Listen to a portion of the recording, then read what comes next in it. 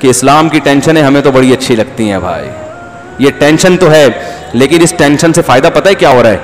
اللہ نے بتا دیا کہ تمہیں ہم نے جو ٹینشن میں رکھا ہے نا, فَلَنُحْيِيَنَّهُ حَيَاتًا طَيِّبَةً, اس سے تمہیں پاکیزہ حیات ملے گی, جسمانی پاکی بھی اور روحانی پاکی بھی. زنا کرنے والا, عورتوں سے منہ کالا کرنے والا روحانی اعتبار سے گندا اور ناپاک, نکاح کرنے والا روحانی اعتبار سے پاک ہے. فیملی والا آدمی ہے نا بھائی, بچے ہیں, بیوی ہے, ساس ہے, سسر ہے, داماد ہیں, سالے ہیں, تو یہ پاکیزہ زندگی ہے. اور گرل فرینڈ میں نہ کوئی سالہ نہ کوئی سسر, ٹیشو پیپر کی طرح استعمال کیا, پھینک دیا. تو یہ جو دل کا سکون ملتا ہے نا, یہ ان ٹینشنوں کی وجہ سے ملتا ہے جو اللہ نے ہمیں دی ہیں. تو آپ ذرا اسلام میں آ کے یہ ٹینشنیں اٹھا کے دیکھو, مزہ نہ آئے تو پیسے واپس ہو جائے گا. پھر اس کو اس لائف میں اتنا مزہ آئے گا, کہے گا بھائی یہ ٹینشن اس زندگی سے کروڑہ گنا بہتر ہے جس کو میں ٹینشن فری زندگی سمجھ رہا تھا. کہ جو پابندیاں ہیں نا, یہ بظاہر تو ٹینشنیں ہیں, لیکن ان کا ٹیسٹ حدیث میں آتا ہے نا, ذاق طعم الایمان من رضی باللہ ربا وبالاسلام دینا وبمحمد صلی اللہ علیہ وسلم نبیا. اسلام کا ٹیسٹ اور ذائقہ چکھ لے گا وہ جو اسلام پر دل سے راضی ہوگی. ایک دفعہ ہمت کر کے آ گیا اسلام میں, فرمایا اسلام بڑا ٹیسٹی ہے. ذائقہ تو اچھی چیز کو کہتے ہیں نا, نبی نے فرمایا وہ اسلام کا مزہ چکھ لے گا. تو ایک دفعہ آؤ, آ کے دیکھو ذرا ان اسلامی پابندیوں پہ عمل کرے. صبح صبح جب وضو کر کے دانت صاف کر کے نماز پڑھنے کے لیے آؤ گے نا, تو تمہیں پتہ چلے گا بھائی مندر میں کیا تھا اور مسجد میں کیا ہے. بہت مزہ آئے گا انشاءاللہ. وہ ٹینشن تو ہے, لیکن جب سارا دن روزہ رکھ کے افطار کرو گے تو جو روحانی لذت اور جسمانی دونوں ملیں گی, تو مزہ نہ آئے پیسے واپس. آپ کہیں گے صاحب آپ کے پاس اتنے پیسے آئے کہاں سے؟ بھائی میں اس لیے اتنے بڑے بڑے دعوے کروں, مجھے پتا ہے اس کو مزہ آئے گا, لہٰذا مجھے پیسے واپس کرنے کی ضرورت پیش نہیں. نکاح سے پہلے ولیمہ کیا, رخصتی سے پہلے بھی ولیمہ نہیں ہوتا. جب تک ڈلیوری نہ ہو جائے, مال ہاتھ میں نہ آ جائے, کاغذات کا اعتبار نہیں ہے. بھائی نکاح ہو گیا, رجسٹر بھی ہو گیا, سب کچھ ہو گیا, قاضی نے پڑھا بھی دیا, تو اسلام کہتا ہے جب رخصتی ہوگی مال پہ مکمل قبضہ ہو جائے گا. ہوم ڈلیوری کا پورا انتظام لوگ کہتے ہیں نا ہے, مگر فون کر کے بلاؤ پیزا ملتا ہی نہیں ہے بیٹھے میں. لکھا ہوا ہوتا ہے کہ ہوم ڈلیوری کا پورا انتظام, لیکن بیٹھے ہوئے ہوتے ہیں. اب وہ جناب بیٹھے ہیں, پیزا نہیں آیا, پھر آدمی فون کرے وہ کسی اور کے پہنچا دیا, یہ ہو گیا.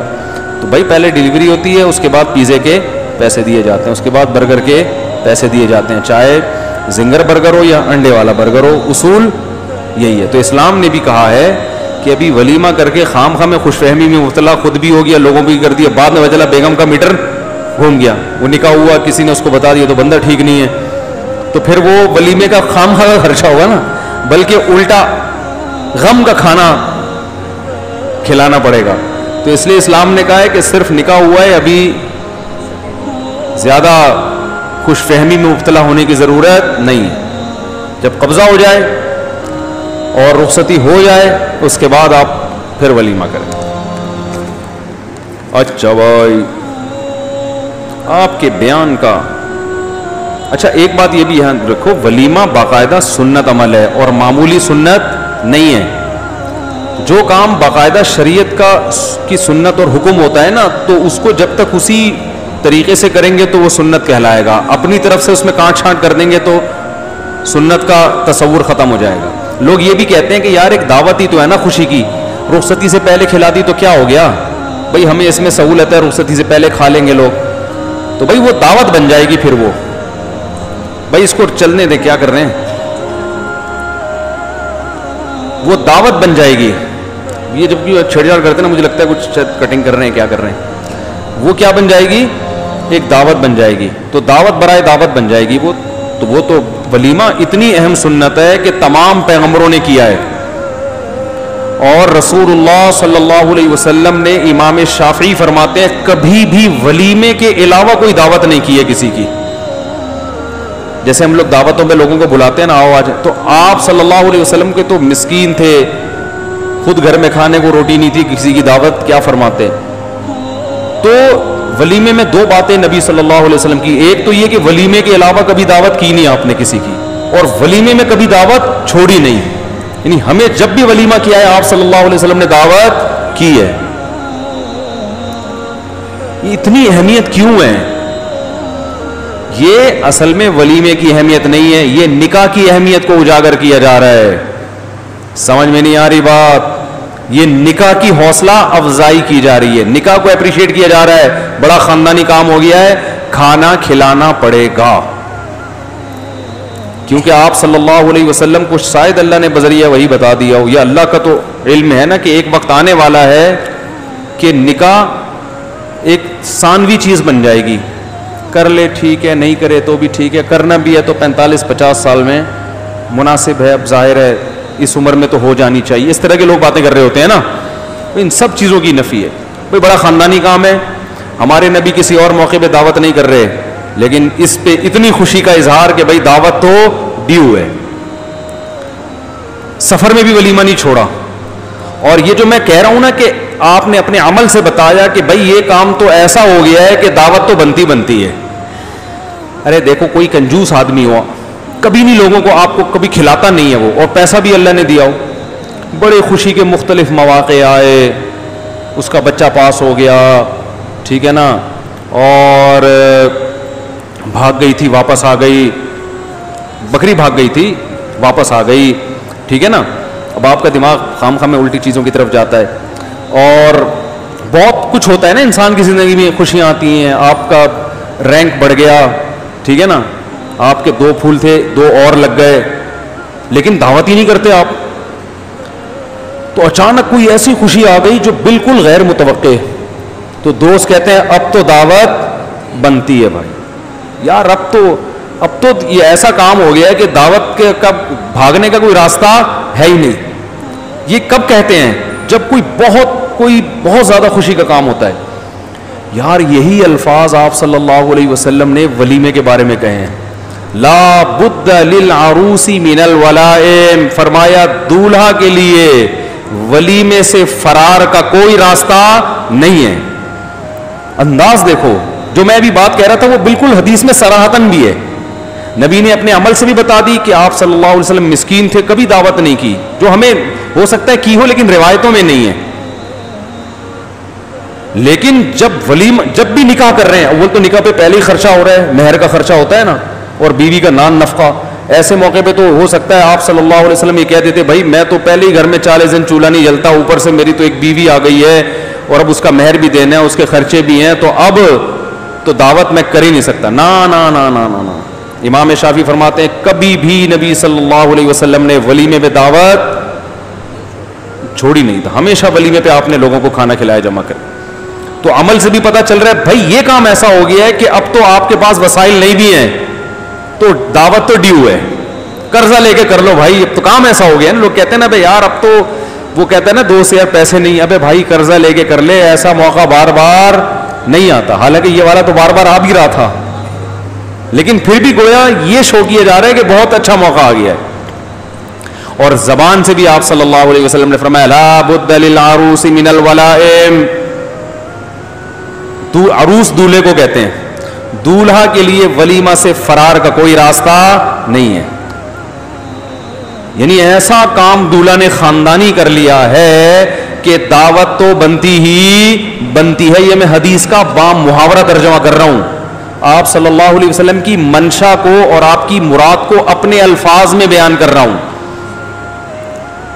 کہ ولیمہ نے, اور مزید آپ کی سطح پہ آ کے اور زیادہ اچھے سٹائل میں یوں کہیں گے دولہا نے ہٹو بچوں زندگی میں پہلی دفعہ کوئی ڈھنگ کا کام کیا ہے, پاس ہو گیا تھا امتحان میں اچھے نمبروں سے, ہو گیا تھا یار, بہت لوگ پاس ہو جاتے ہیں, اس وقت بھی دعوت بنتی تھی, کر لی ٹھیک ہے, نہیں کی تو بھی ٹھیک ہے. بھائی یہ اتنی محنت کی اس نے کہ اس کو جو ہے وہ اس دفعہ کمپنی نے تنخواہ کیا کر دی ہے, ڈبل کر دی ہے, کر لی محنت, اچھا کام ہے, دعوت کر لو یار میرا موڈ نہیں, چلو ٹھیک ہے. کبھی موڈ ہوتا ہے انسان کا, دعوت کا کبھی نہیں ہوتا. یہ میں اسلام کا مزاج نکاح کے بارے میں بتا رہا ہوں. یعنی اسلام بزبان حال یہ کہہ رہا ہے آپ کو کہ بھئی آپ کی تنخواہ ڈبل ہو گئی, آپ کا انکریمنٹ لگ گیا, آپ واپس آ گئی, ٹھیک ہے, یعنی بکری جو بھاگ گئی تھی واپس آ گئی. اب پھر وہ آپ ہنستے ہیں یار, آپ پتہ نہیں کسی اور دماغ جا رہا ہوتا. تو یہ ساری چیزیں بقول اسلام کے, یعنی اسلام نے جو ہمیں تعلیمات دی ان سے گویا اسلام بزبان حال یہ کہہ رہا ہے جو میں اس وقت کہہ رہا ہوں کہ بھئی ٹھیک ہے دعوت کر لو, اچھی بات ہے, نہیں کرو ٹھیک ہے.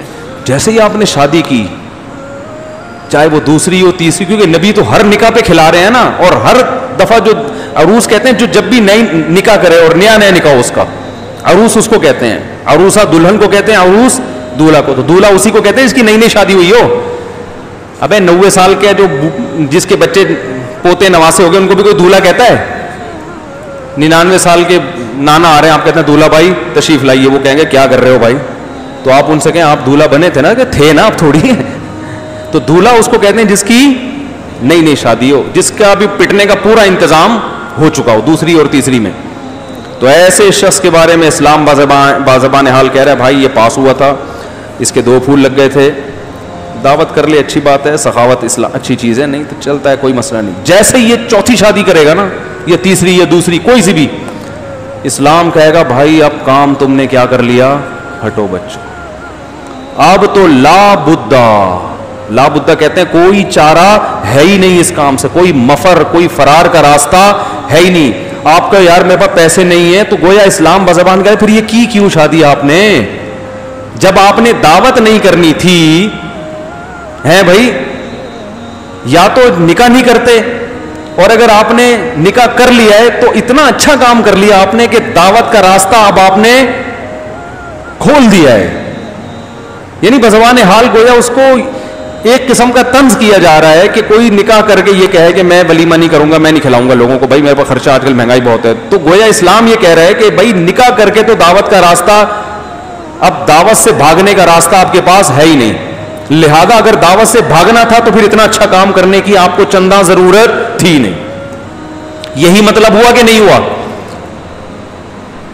اب یہ تشریح آپ کو کتابوں میں, یہ تو کسی کتاب میں نہیں لکھا, وہ کیا کریں, وہ ورڈنگ وہی آتی ہے نا, ہر چیز کتاب میں لکھی ہوئی نہیں ہوتی. سمجھتے ہو کہ نہیں سمجھتے؟ بعض چیزیں قدرت کی طرف سے دماغ کھوپڑی شریف میں آ رہی ہوتی ہیں. تو لا بد للعروس من الولائم, آپ صلی اللہ علیہ وسلم نے فرمایا دولہا کے لیے ولیمے سے بھاگنے کا راستہ نہیں ہے. اور یہ بھی آپ صلی اللہ علیہ وسلم نے فرمایا جس کو ولیمے کی دعوت دی گئی, کیا انداز ہے یار,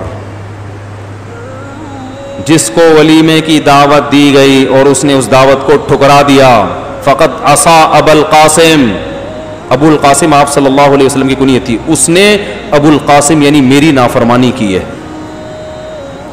تو دعوت کرنے کا بھی حکم اور اس دعوت کو قبول, یعنی دعوت قبول کرنا جب ہوتا ہے جب آپ اس کی خوشی میں شرکت چاہتے ہیں.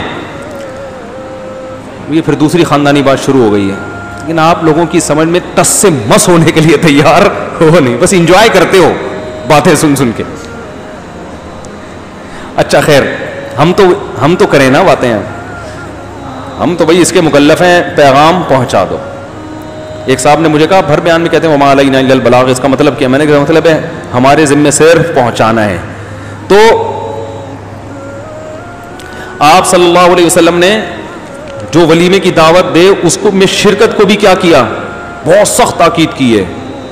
ہاں کوئی شرعی عذر ہو تو ایک الگ بات ہے, تو بہت سخت تاکید کی. اس نے ابو القاسم کی نافرمانی کی. تو کیا مطلب, یہ کھانے کی ترغیب نہیں دی جا رہی ہے. کھانا کیا ہوتا ہے بھائی, اسلام میں تو کھلانے کی ترغیب ہے, کھانے کی تھوڑی. یہاں کھانے کی کیوں, اصل میں آپ کو اس کی خوشی میں شرکت کی ترغیب دی جا رہی ہے کہ اس نے اتنا ہٹو بچوں کام کیا ہے کہ اگر آپ نہیں گئے اس کی دل شکنی ہوگی, وہ سمجھے گا شاید بھائی میں نے دوسری تیسری یا پہلی شادی کر کے اچھا کام نہیں کیا.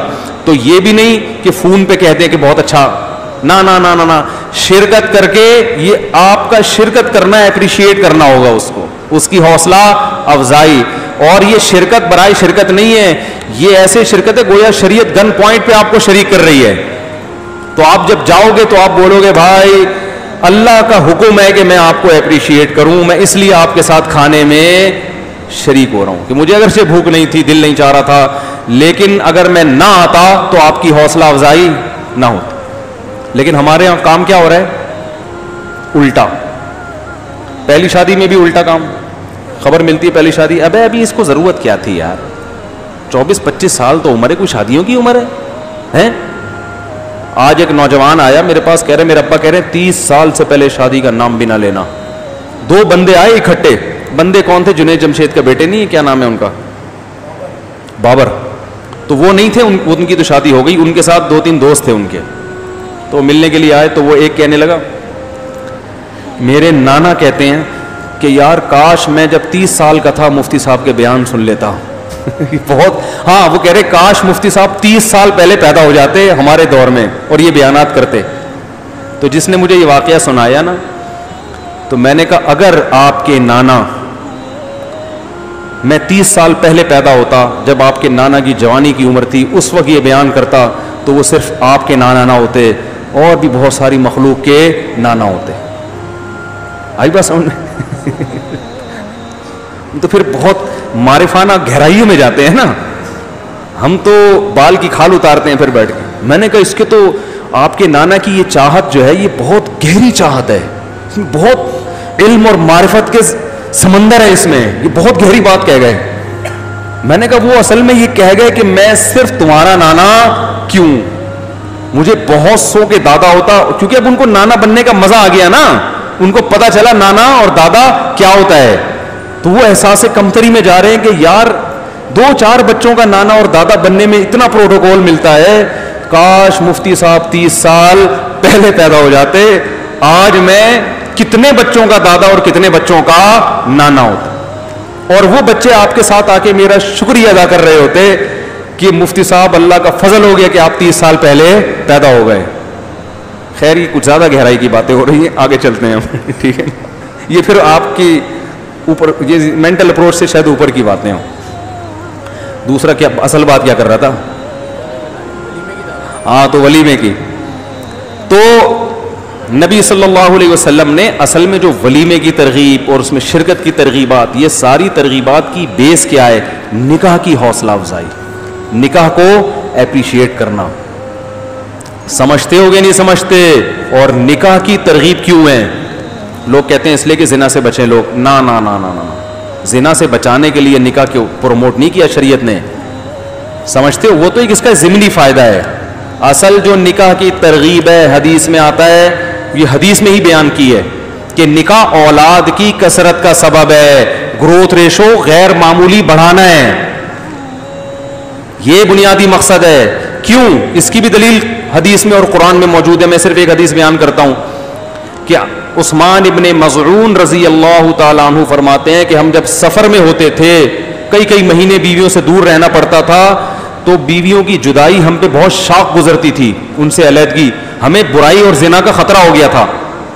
تو ہم نے آپ صلی اللہ علیہ وسلم سے اجازت مانگی کہ آپ ہمیں اجازت دیں, ہم اپنے آپ کو خصی کر دیں, یعنی مردانہ قوت کیا کر دیں, ختم. آپ نے فرمایا نا نا نا نا, تزوجوا فإنی مکاثر بکم الامم. آپ نے فرمایا نا نا نا, نکاح کرو, میں تمہاری کثرت پہ قیامت کے دن فخر کروں گا. اگر تم اپنی اس قوت کو ختم کر دو گے, زنا سے تو بچ جاؤ گے, لیکن جو میں کثرت چاہتا ہوں امت کی, وہ کثرت کیا ہوگی؟ ختم. تو یہ فیملی پلاننگ اور یہ سب ٹوپی ڈرامہ ہے, بکواس ہے, یہ نیچر کی بغاوت ہے. جتنے بھی دلائل دیے جائیں نا, نہ یہ گراؤنڈ ریئل. آپ کو پتا ہے میرا ایک بیان ہے, میں نے حوالوں کے ساتھ اس میں بتایا کہ اقوام متحدہ کی رپورٹ ہے کہ پوری دنیا میں بچوں کا گروتھ ریشو بہت خطرناک حد تک گر گیا ہے.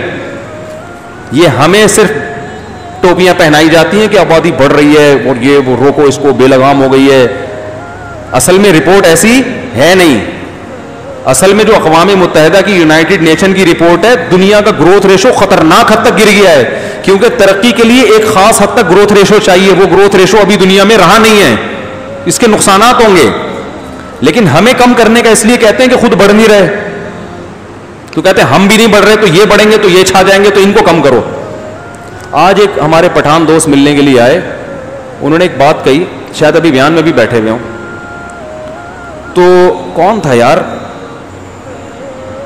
انہوں نے بتایا کہ جرمنی میں کون تھا, بھی کوئی مشہور آدمی تھے, وہ ذہن سے نکل گیا بالکل. انہوں نے بتایا کہ جرمنی میں جو پشتو بولنے والے لوگ ہیں نا, ان کا گروتھ ریشو بڑھ رہا ہے, کیونکہ ظاہر شاہ جو ہاں ایک مفتی صاحب ہیں یہاں پہاڑ گنج میں ہوتے ہیں, انہوں نے بتایا مجھے یہ بات. وہ اصل افغانی ہی ہیں, تو پھر باپ دادا یہاں آ گئے تھے.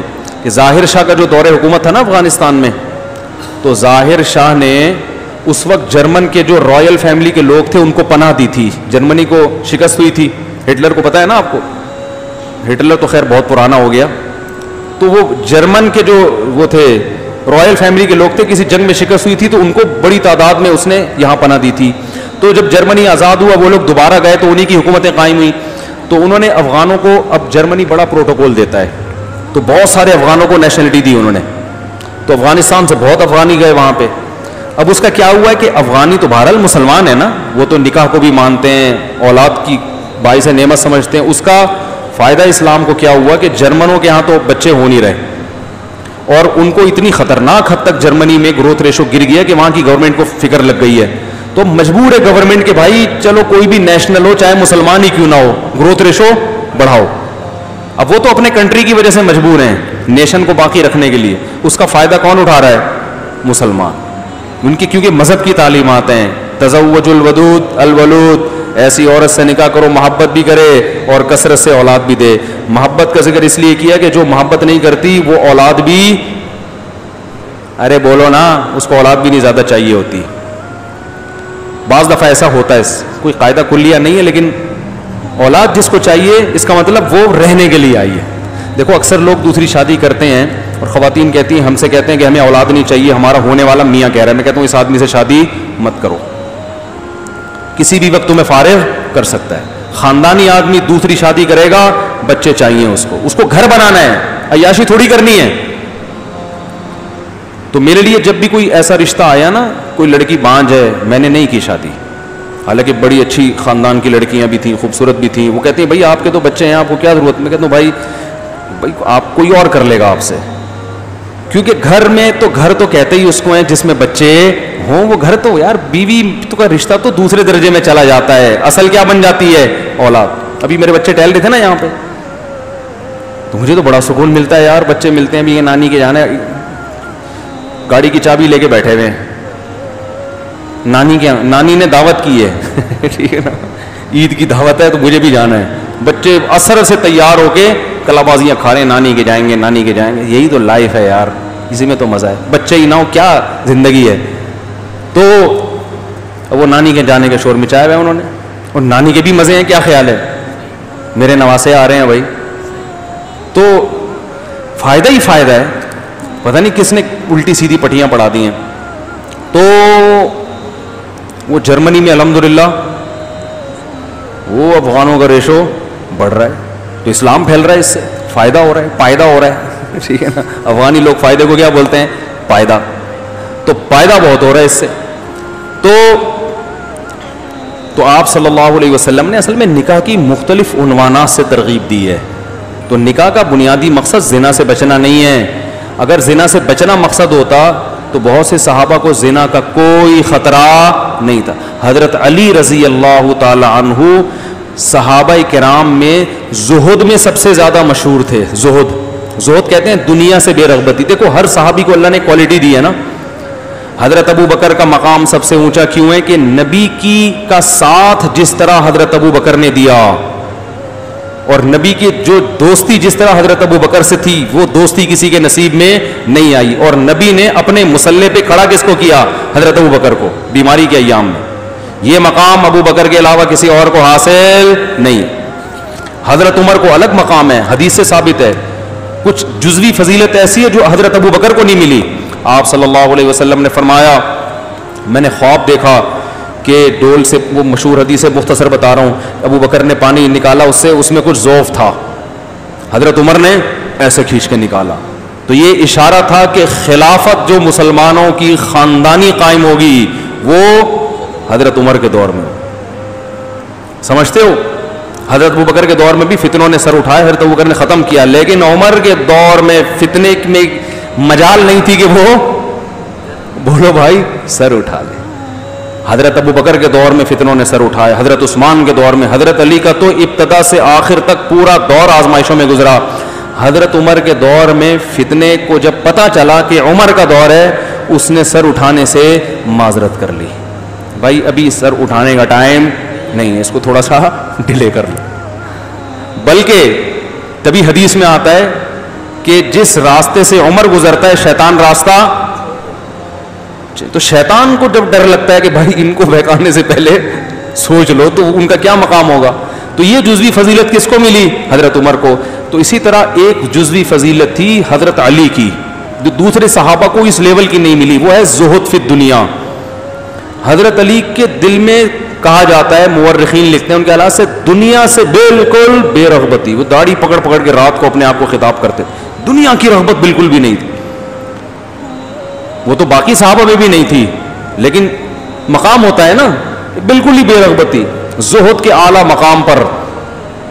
علامہ مناوی لکھتے ہیں کہ حضرت علی زہد کے سب سے اعلیٰ مقام پر تھے، زہد فی الدنیا. لیکن اس کے باوجود حضرت فاطمہ کے انتقال ہوتے ہی 4 شادیاں کی ہیں. تو ان کو کیا زنا کا خطرہ تھا؟ معاذ اللہ حضرت علی کو ناممکن. ان کے جو حالات ہیں بھائی، وہ تو ایک بیوی بھی نہ ہوتی ان کو، کیونکہ زہد فی دنیا ہے نا، دنیا سے بے رغبتی. تو 17-18 باندیاں اور 4 بیویاں. اور 4 بیویوں کے ہوتے ہوئے ایک باندی آپ کو وضو کرا رہی تھی، خدمت کر رہی تھی. اس باندی سے کہتے ہیں کہ میرا دل چاہتا ہے میں دولہا بنوں، میں نکاح کروں. تو اس نے کہا کہ آپ کر لیں، آپ تو امیر المومنین ہیں، آپ کے لیے رشتوں کی کمی تھوڑی ہے. تو انہوں نے فرمایا 4 بیویاں موجود ہے، کیسے کر لوں؟ ٹھیک ہے نا، یہ میں نے اپنی کتاب میں حوالہ دیا اس کا.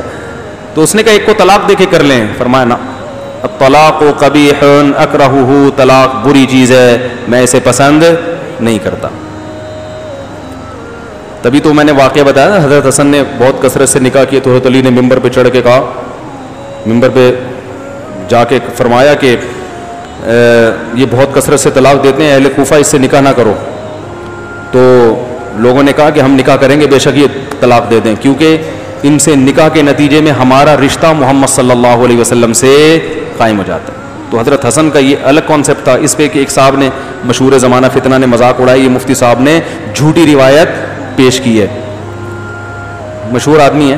تو میں نے جب اس کا جواب دیا حوالہ، تو اس وقت سے وہ اس حوالے کو پی کے اب تک بیٹھے ہوئے ہیں. ٹھیک ہے نا، اس لیے محترم سے میں نے کئی دفعہ کہا ہے سامنے بیٹھے ہیں، وہ پی جاتے ہیں حوالے سے. جتنے چیلنج ہوتا ہے ایک دم چیلنج، یہ وہ، جب چیلنج کا جواب دو بالکل ایسے جیسے کبھی کچھ کہا ہی نہیں ہے.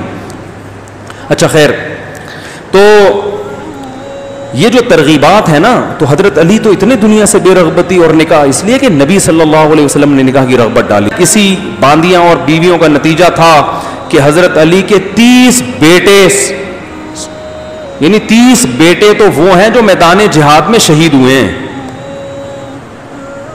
نہیں آ رہی بات؟ 30 بیٹے وہ ہیں جو میدان جہاد میں شہید ہوئے ہیں. اور جب اتنے ہوتے ہیں نا بیٹے، تو پھر ان میں یہ کوالٹی بھی ہوتی ہے.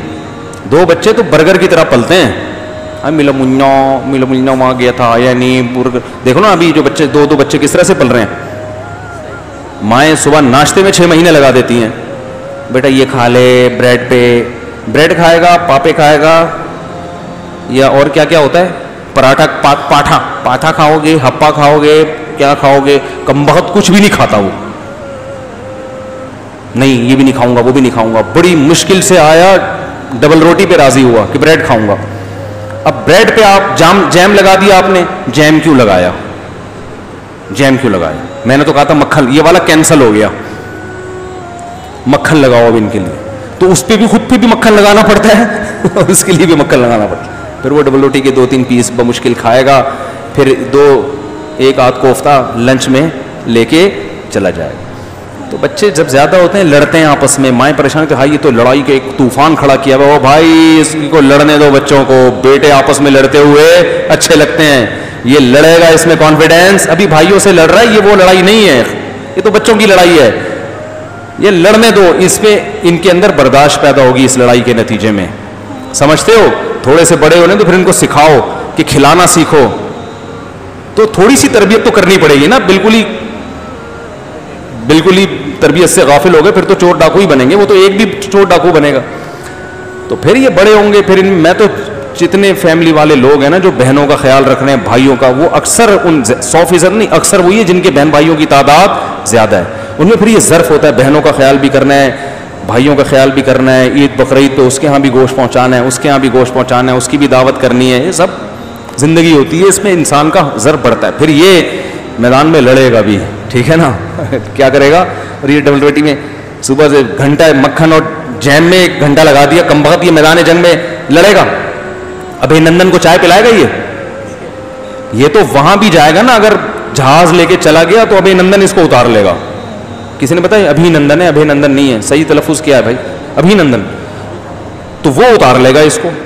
پھر اس کو جب لے کے جائیں گے تو پھر اس سے پوچھیں گے ڈبل روٹی پہ چائے لگنا یا سوری ڈبل روٹی پہ جیم چاہیے یا مکھن. تو یہ جواب میں کہ مجھے ڈبل روٹی چاہیے, مجھے پاٹھا چاہیے. وہ کہے گا تو یہاں پراٹھے کھانے نہیں آیا, تیرے کو تمیز سے جو پلا رہے ہیں نا پی لے, یہ تیری نانی کا گھر نہیں ہے.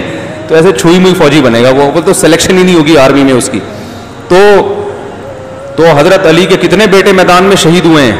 30. کہتے ہیں کل ٹوٹل تھے کتنے نہیں پتا, لیکن 30 تو صرف میدان جنگ میں شہید ہوئے ہیں.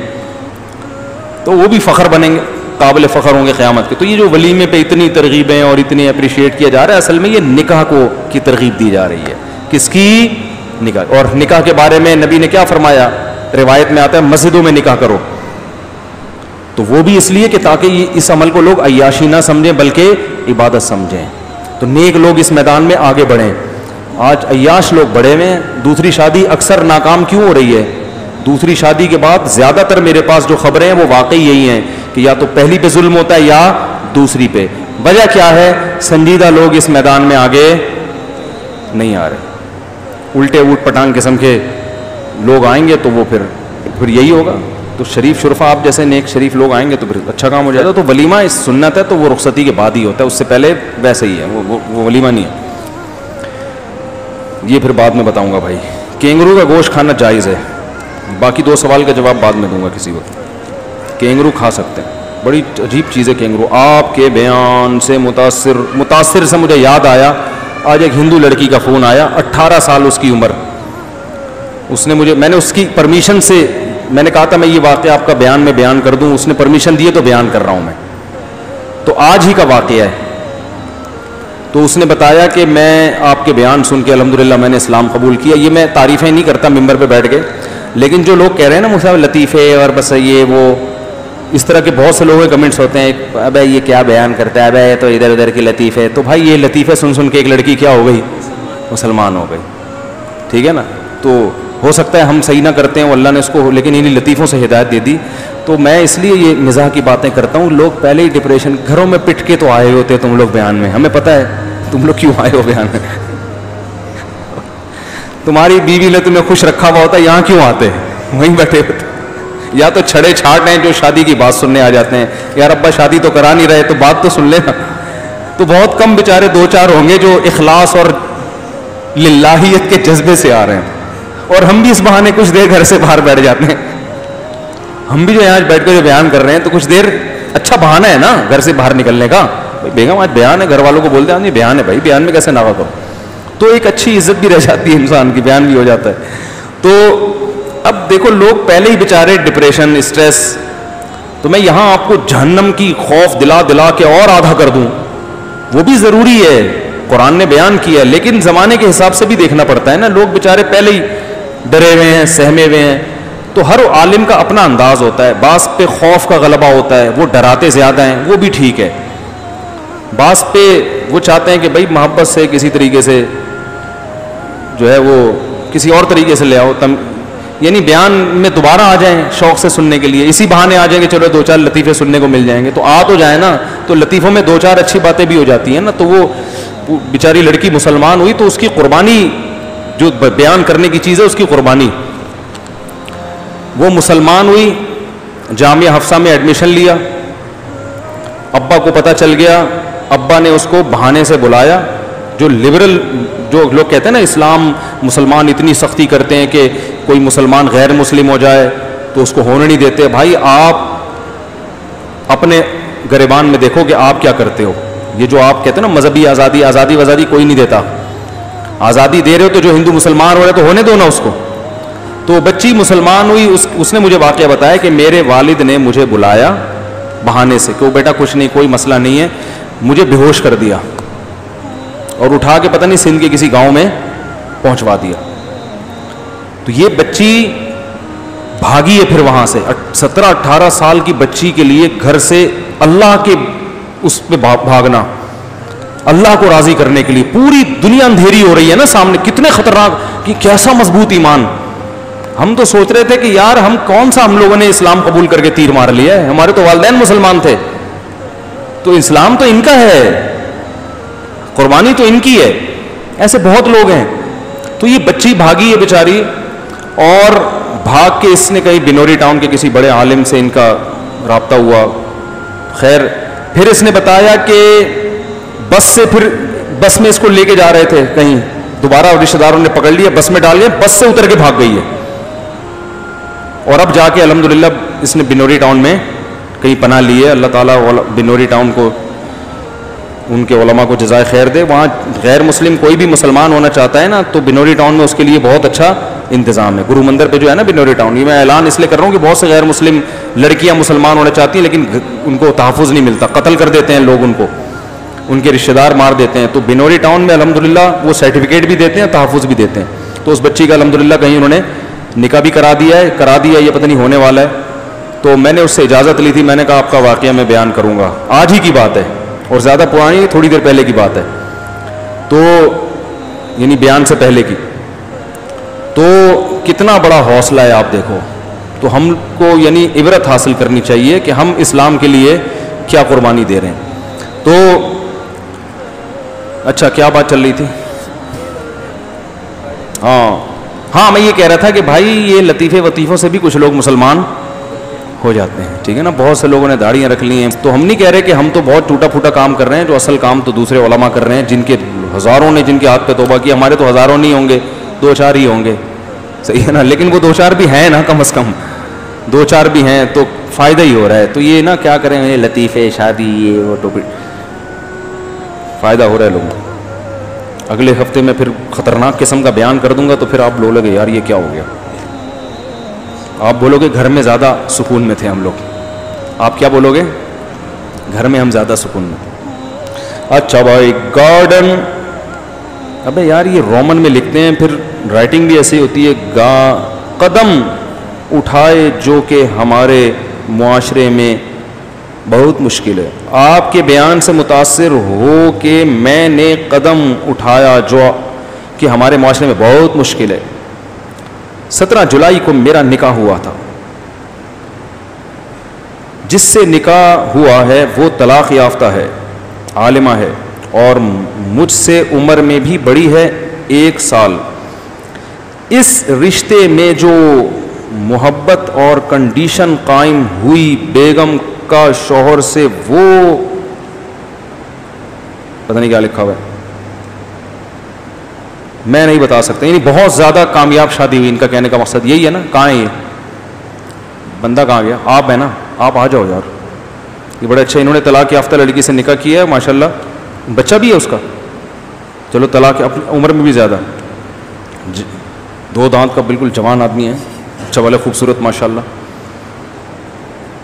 اچھا بھائی, معاشرے سے تنگ آ کے اس کی ساری امیدیں ختم ہو گئی تھیں. بیگم کے بارے میں رپورٹ پیش کر رہے ہیں کہ طلاق یافتہ تھی اور ساری امیدیں, نکاح کی امیدیں ختم ہو گئی تھیں اور اپنی زندگی سے ہار بیٹھی تھی. آپ کا بہت شکریہ ادا کرنا چاہتا ہوں, میں بہت خوش ہوں. میرے لیے نصیحت اور دعا کر دیں. بھائی آپ کی اہلیہ کو بھی میری طرف سے بہت دعائیں اور آپ کو بھی میری طرف سے بہت دعائیں. تو بھابھی کو بھی دعائیں دے دیے گا ہماری طرف سے, بلکہ ریکارڈ ہو رہا ہے وہ ریکارڈ ہی سنا دیے گا. اور اللہ تعالیٰ, اب بھابھی کو ایک بات کہیے گا کہ جیسے آپ نے ان کو ایک شیلٹر دیا نا, تو 2-4 کو اور بھی آپ دے سکتے ہیں. تو اس میں رکاوٹ کیا خیال ہے؟ جیسے آپ کی وائف بہت خوش ہیں کہ میں نکاح کی امیدیں ختم ہو گئی تھیں اور ماشاءاللہ 2 دانت کا پلا پلا ہے. میں تو چاہ رہا تھا ویڈیو کی دکھا دیتے, کیمرے میں آ جاتے, آ نہیں سکتے, شرما رہے ہیں. ابھی ہے نا ولیمے میں کتنا ہے, آ جاؤ دیکھ لو بھائی, پورا 2 دانت کا پلا پلا آیا, آ جاؤ. لوگ سمجھ رہے ہو کہ پتہ نہیں کون ہوگا. یہ دیکھو, ان کو میں نے فرسٹ ٹائم دیکھا ہے, میرا ان سے کوئی سلام دعا نہیں ہے, پہلی دفعہ. یہ بھی بیان کے دوران ہی کہیں, جب جیسے میں گیا تھا نا بیان سے پہلے, تو یہ مجھے آئے, میں نے کہا یار یہ تو اچھی بات ہے, تو آپ کی میں زیارت کرا دوں گا. تو یہ مجھے پرچی دی, بڑے ہیں 2 دانت. تو یہ کھیرا لگ رہا ہے مجھے تو یہ.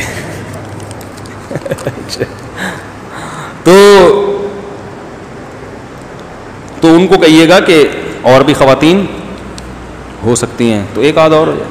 4 بے شک نہ کریں, ایک تو کر لیں. اچھا ماشاءاللہ. ہاں لیکن ایک بات ذہن میں رکھنا، یہ عورت کی فطرت ہے کہ وہ سوگن قبول نہیں کرتی، اور یہ عیب نہیں ہے، یہ اس کی خوبی ہے۔ اب آپ جب ایک اور کریں گے تو آپ کی یہ وائف یقیناً جو ہماری بھابھی بن چکی ہے، کیونکہ میری آپ سے آدھا گھنٹہ پہلے دوستی ہوئی نا، تو دوستی ہو گئی تو دوست تو بن گئے نا، تو یہ جو ہماری نئی نویلی بھابھی ہیں ان کو تکلیف ہوگی لازمی، اور یہ رکاوٹ ڈالیں گی، یہ نیچرل ہے۔ تو عورت کو چاہیے شوہر کو روکے۔ میں تبھی خواتین کو ترغیب نہیں دیتا کہ اپنے میاں کی دوسری شادی کرائیں، اس کی محبت کا تقاضا یہی ہے کہ وہ یہ نہ چاہے، ہاں بھائی یہ رے ابو دیکھو دیر ہو گئی نا گھر سے، کیا حال ہے، آ جاؤ ادھر بیٹھ جاؤ، آپ بھی آ جاؤ ادھر، آ جاؤ آ جاؤ آ جاؤ آ جاؤ جلدی آ جاؤ، یہ نانی کے جانے کے لیے بیٹھے، امی بلا رہی ہیں۔ امی کا کام ہے بیٹا بلانا، وہی ہے نا لِأَحِبَّتِي أَن يَمْلَؤُوا، متنبی نے کہا تھا نا دوستوں کا کام ہے پلانا، ہمارا کام ہے نہ جانا۔ تو جب بھی میاں گھر سے باہر ہوگا عورت کا کام ہے، بھائی گھر والے یہی کرتے ہیں نا، کہاں رہ گئے، تو ان پہ یہی چیز اچھی لگتی ہے۔ آپ کا کام ہے آپ اپنے کاموں کو دیکھو، بھائی یہ تھوڑی کہ جب آرڈر آیا گھر جا رہے۔ تو کیا بات چل رہی تھی یار؟ تو دیکھو عورت کبھی سوگن برداشت نہیں کرتی، وہ اتنی چاہتی کہ میرے میاں ادھر بھی محبت کر، تو اس پہ یہ خوبی ہے اس کی، اور آپ کی خوبی ہے کیا پرواہ نہ کرو، آپ بولو بھائی بیگم میں ایک اور لاؤں گا لیکن تم سے محبت میں کمی نہیں آنے دوں گا، یہی میرے خاندانی ہونے کی علامت ہوگی۔ تو آپ اپنا خاندانی ہونا ثابت کریں، اب مقابلہ سخت ہے، اب آپ جا کے دیکھتے ہیں گھر میں ہوتا کیا ہے آپ کے ساتھ رات کو۔ ٹھیک چلو جی کافی ہو گیا میرا خیال ہے۔ سبحانک اللہم و بحمدک۔